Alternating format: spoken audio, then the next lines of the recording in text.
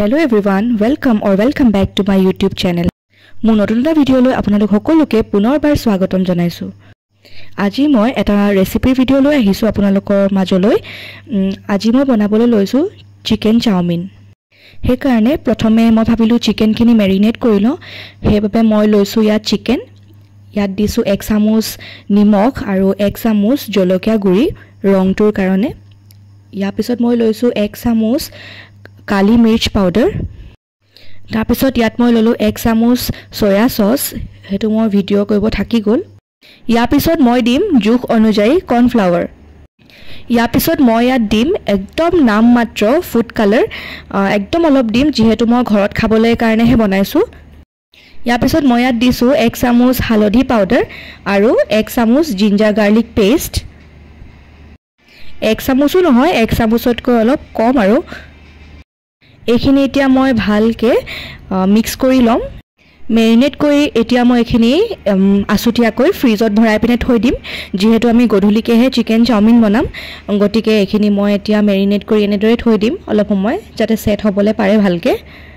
এতিয়া গধূলি, যেহেতু গধূলি বুলি ক'লে কিবা নহয় কিবা এটা খাবলৈ মন যায়, গতিকে মই ভাবিছো এয়া ব্ৰেড আৰু বাটাৰ খাওঁ আৰু লগতে 1 কাপ কফি বনাওঁ। ব্ৰেড এনেকৈ নৰ্মেলি বাটাৰ লগাই খোৱাতকৈ মই টাৱাত বাটাৰ দি পিনে হেকি পিনে খাই ভাল পাওঁ। আপোনালোকে যদি গধূলি সময়ত চাহৰ লগত খাব পৰা কিবা ৰেচিপি বিচাৰে তেনেহলে মোক কমেন্টত লিখিব, মই হেতুৰ ওপৰত ভিডিঅ' বনাম। এতিয়া মই ভাবিছো কফি কাপ খাই চাওমিনৰ প্ৰিপাৰেচনত লাগি যাওঁ। গতিকে ফাৰ্ষ্ট মই চাওমিনখিনি বইল হ'বলৈ কাৰণে দিম। চাওমিনখিনিত মই বইল হৈ থাকোঁতে অলপমান ৰিফাইন তেল দিম আৰু অলপমান নিমখ দিম, যাতে চাওমিনখিনি লাগি নধৰে। আপোনালোকে চাগে মন কৰিছে যে মই চাওমিনখিনি যেতিয়া দিছিলোঁ তেতিয়া মই ভাঙি দিয়া নাই, গোটাই দিছোঁ। চাওমিন বুলি ক'লে অলপ দীঘল থাকিলেহে ভাল লাগে, সেইকাৰণে মই ভাঙি দিয়া নাই। আপোনালোকে ইচ্ছা কৰিলে ভাঙি দিবও পাৰে। চাওমিনখিনি বইল হোৱাৰ পিছত আপোনালোকে ঠাণ্ডা পানীৰে ধুই অলপমান ৰিফাইন তেল দি মেলি থৈ দিব অলপ সময়। আনফালে মই চাওমিনত দিবলৈ এয়া 3টা কণী লৈছোঁ, অলপমান ভেজিটেবলছৰ ভিতৰত বন্ধাকবি লৈছোঁ, কেপচিকাম, পিঁয়াজ লৈছোঁ। আপোনালোকে যি ভেজিটেবলছ ভাল পায় সকলো দিব পাৰে। মোৰ ওচৰত বৰ্তমান এইকেইটাই আছিলে, গতিকে এয়াই দিছোঁ। মেৰিনেট কৰি ৰখা চিকেনখিনি উলিয়াই আনিলোঁ। কেৰাহীত অলপমান তেল গৰম হ'বলৈ দি তেল গৰম হোৱাৰ পিছত মই ইয়াত মেৰিনেট কৰি ৰখা চিকেনখিনি দি দিছোঁ আৰু এইখিনি ভালকৈ ফ্ৰাই কৰি ল'ম।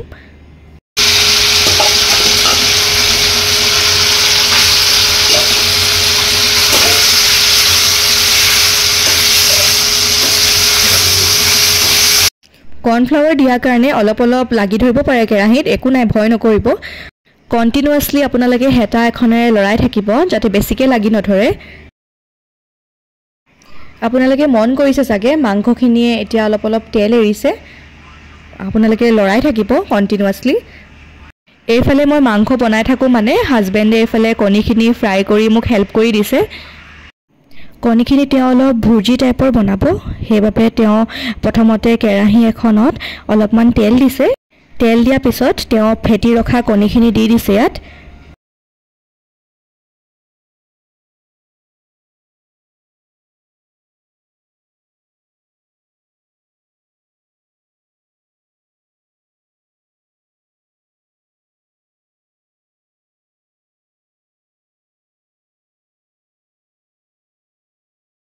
কণীখিনি নমোৱাৰ পিছত একেখন কেৰাহীতে মই আকৌ এবাৰ অলপমান তেল লৈছোঁ। তেলখিনি অলপমান গৰম হোৱাৰ পিছত মই ইয়াত কাটি ৰখা পিঁয়াজখিনি দি দিম। পিঁয়াজখিনি অলপমান লাইট ব্ৰাউন হোৱালৈকে ভাজিম। ইয়াৰ পিছত মই পিঁয়াজখিনি নমাই ৰাখি দিম। পিঁয়াজখিনি বেছি কলা হোৱালৈকে নাভাজিব, যিহেতু পিঁয়াজে পিছত ভাপত নিজে ৰং সলনি কৰে। অলপ লাইট ব্ৰাউন কৰিলেহে আপোনালোকৰ পিঁয়াজখিনি ডাৰ্ক ব্ৰাউন হ'বগৈ। পিঁয়াজখিনি ভাজা হৈ যোৱাৰ পিছত মই ইয়াত কেপচিকাম আৰু বন্ধাকবিখিনি দি পিনে ভালকৈ ভাজি ল'ম। এতিয়া মই ইয়াত 1 চামুচ হালধি দিছোঁ।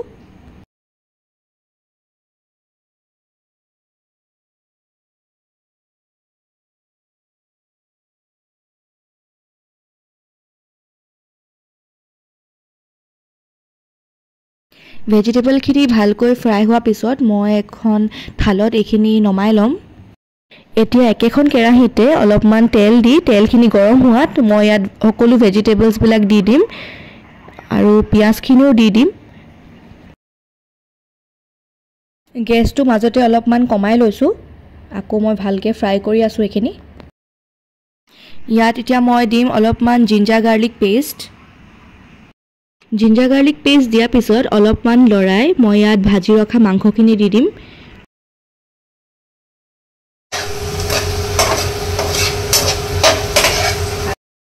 এতিয়া মই ইয়াত বইল কৰি ৰখা চাওমিনখিনি দি দিম।